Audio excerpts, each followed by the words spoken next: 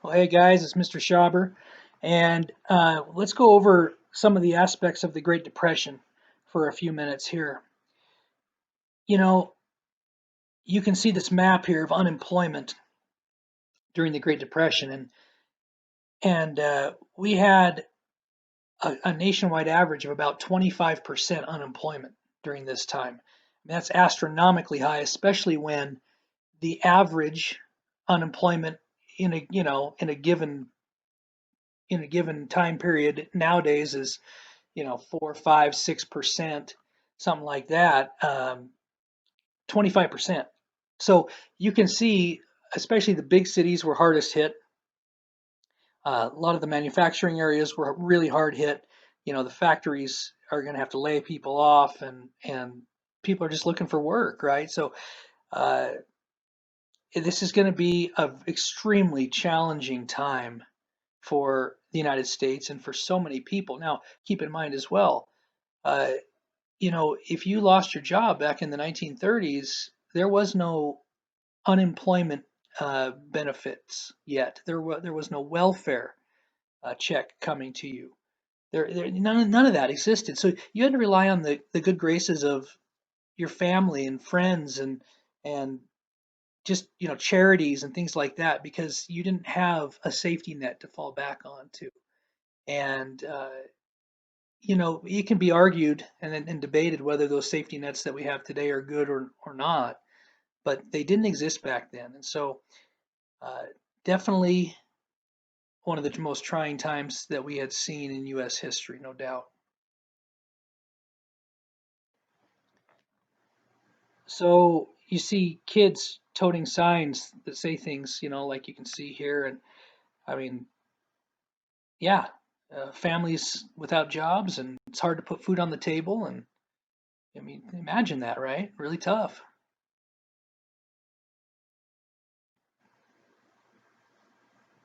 You'd see guys who, some of these guys have been bankers, lawyers, stockbrokers, had good jobs. Some of them had, before the Depression.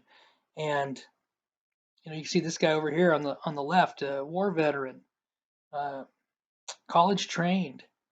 The other guy, family man, and so, but imagine the, you know, very depressing and very desperate times for guys like this, and they're just advertising themselves basically to for work because they have families to feed and they're just trying their best to make ends meet.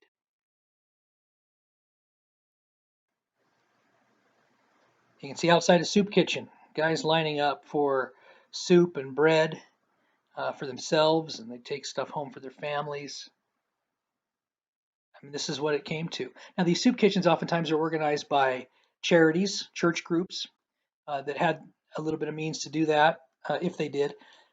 Interestingly enough, also at times mobsters, guys like Al Capone, would run soup kitchens to show how generous and good you know, they were, so to speak, right? And try to keep the cops off their back. Hey, I run soup kitchens. I'm giving out. I'm charitable. I'm giving people meals. And leave me alone, type thing. And of course, these mobsters were into every other illegal thing you could think of, but they uh, they were trying to run soup kitchens occasionally to give the appearance that they were somehow decent guys, right? But the soup kitchens are a popular place during the Great Depression because this is where you could go and just, if there was one around, you could go and get some food.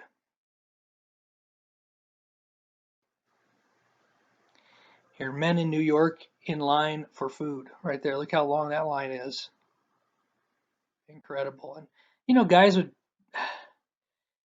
like I said, some of these guys that had good jobs before, they were known in the community. You knew each other, and if you're on the bread line, and you're looking for a handout, you pull your hat down a little farther over your eyes and you try to conceal your identity a little bit. I mean, it's pretty embarrassing for a lot of these guys, pretty shameful. I think they saw it that way. Of course, when you're desperate, you do what you got to do. But these guys it was definitely a humbling thing to have to go out in society and kind of beg for things or or try to get in line at a soup kitchen for food.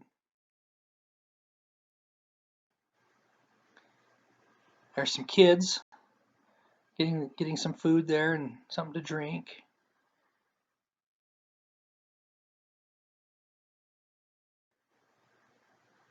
A Hooverville was a term that sprang up for the shanty towns outside of town. These are people that lost their homes, lost their jobs, and they basically would move outside of town and try to live in uh, a hut, a shack, whatever they could piece together, for shelter. And these basically these communities of little dwellings like this sprang up, and they were called Hoovervilles. It was a slam on President Hoover, uh, and it wasn't like Hoover was responsible for the Great Depression, but whoever the president is, when things happen, usually either gets the praise or gets the blame. And so, in this case, Herbert Hoover got the blame, undeservedly so, but he got the blame for these people's condition.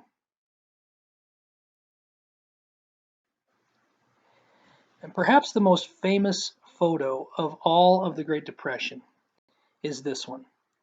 The US government actually hired photographers to go around the country and take pictures, and so that government leaders could see what was going on around the nation, and that they could have kind of an idea and a pulse of what people were going through. And this picture, of course, is famous. It's really interesting, though. I'm going to show you this picture. It's called Migrant Mother. And this woman, she looks very concerned. She's got a couple of kids who are burying their heads on her shoulder and turning their faces away. Uh, it's interesting when you pan out from this, though, what kinds of questions might arise in your mind as you look at this. So let's pan out a little bit.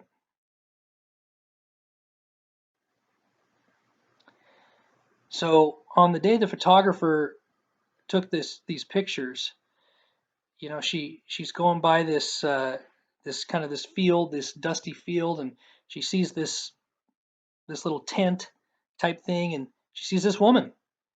And of course, you can see the woman over there on the right. That's the one from the previous picture, and the two girls, two kids, just to her right. Uh, and we didn't see in the previous picture, she's holding a baby. Well, you can see it in this one. And then this girl on the far left, our far left, you didn't see her before either. So is she one? Is she a sister? Is she a daughter? Is she a niece? Interesting, right? Now let's pan out even further and look at it, and what other questions come to mind.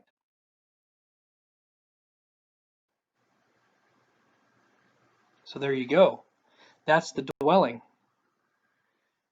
Got a baby, a couple of small kids, a teenager, or I can't quite tell how old that other girl is, but you can see they're probably all their possessions right there.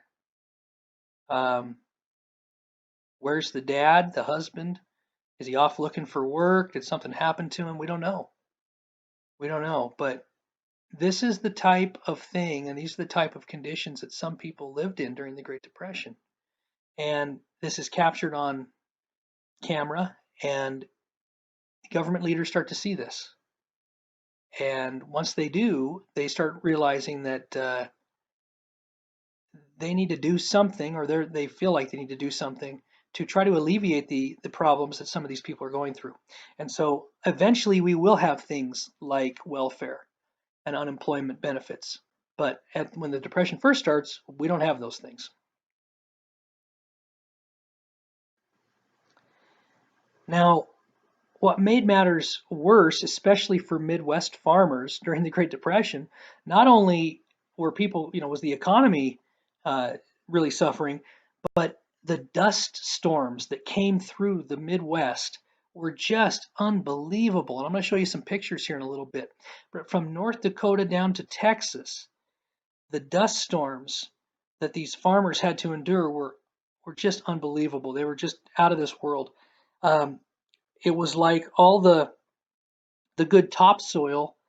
Uh, these storms would come through and pick it up and just blow it across the country, and you started seeing dust from, I mean, coast to coast, but uh, especially, I mean, from the Midwest all the way blown back to the White House, back east, and it was so thick at times you couldn't see anything. And of course, if you're a farmer and all your good topsoil's gone and it's not raining, it's a drought, and you can't grow crops, well, what do you do? If you're a farmer and can't grow crops, you're not going to be a farmer for very long, and you're going to lose your livelihood and you're going to lose your home, and you're not making any money, and you got to leave. And so because of this, a lot of these people in the that were victims of the Dust Bowl move, and most of them will end up moving west looking for work, trying to get to California or Arizona, just trying to do something, you know, picking fruit in the fields and the orchards and so forth. But anything they could do, to get a job. But people moved, all over the place. You can see from the red lines there, some east and some west. But yeah, that was the Dust Bowl. So let's look at a few pictures of the Dust Bowl.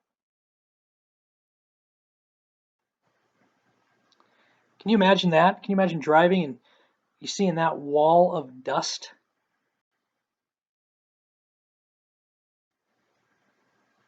How about that dust storm coming at you?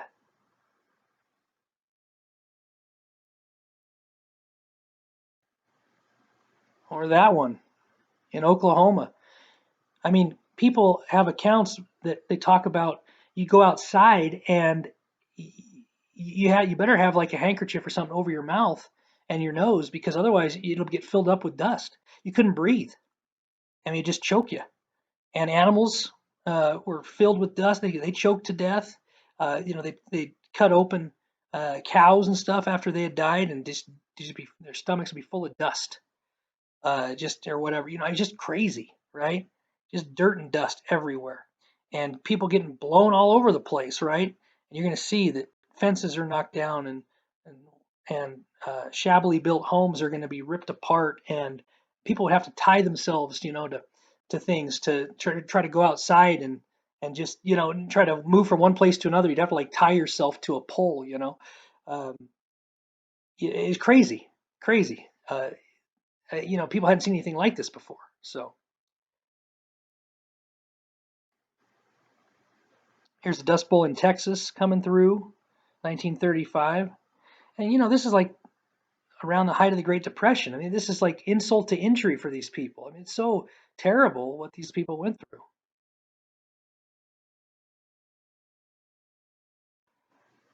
through. Here's in South Dakota, buried farm machinery. I mean, the dust would get blown so much, and you just basically like snow drifts. Think of snow and snow drifts when the wind blows. These are like dust drifts, right? You're just burying cars and tractors and equipment, basically. It just, this is unbelievable. And so people packed up. They packed up the family car and loaded it down with the family and with all their possessions, and they hightailed it out of there. A lot of people left. They left their family farm. It might have been the farm that grandpa, had bought. And you leave it all because you have to go somewhere to feed your family and somewhere to survive.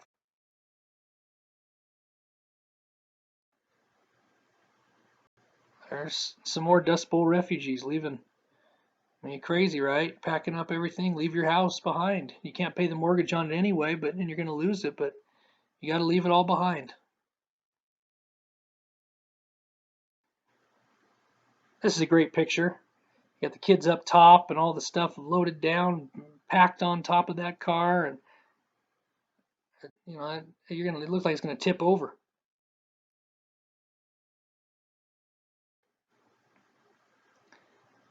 There's some more Dust Bowl refugees looking for somewhere else. And it was tough, right? You're going west, especially if you're going west through Arizona, and you hear there's jobs, and you get there, and all the jobs are taken. And you go to California, you hear there's jobs, and hopefully there are, but some of them, some of the towns, all the jobs are taken. So they're going from town to town just looking for something.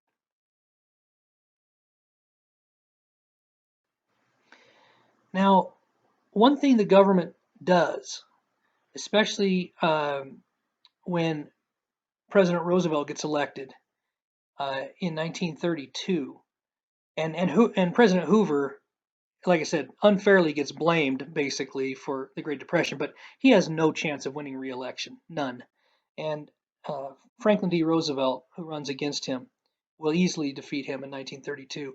One thing that happens though is that the government starts to provide projects, money for projects, and so companies can hire workers, and workers can build things.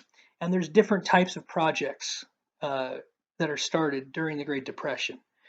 And one area was down in the Tennessee Valley area. They called it the TVA, the Tennessee Valley Authority, and building dams or power plants, things like that. The government would basically finance or fund the project, and it allowed people who had lost their jobs to have a job. Uh, During the Depression, the money was not awesome, but it was a job and it was a paycheck, and so a lot of people, got jobs doing these types of things under government agencies and government projects, and so it was something.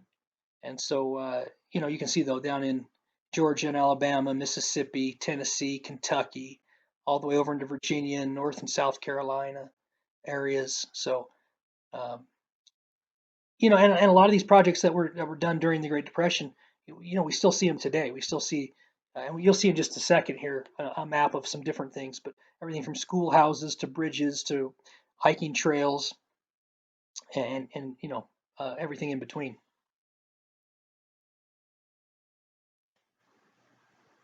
And here is that map I was just referring to, and it says some selected public works administration projects. Um, these are just a few, but you can see, like I said, bridges, dams, environmental projects, public buildings, uh, and then schools, roads and highways, public water and utilities projects. All kinds of things are built. Where I'm from, in the Spokane, Washington area, you can see the Grand Coulee Dam up in that area was a big project during this time. Um, the Another dam there, Bonneville Dam. You can see, of course, fire trails and restoration.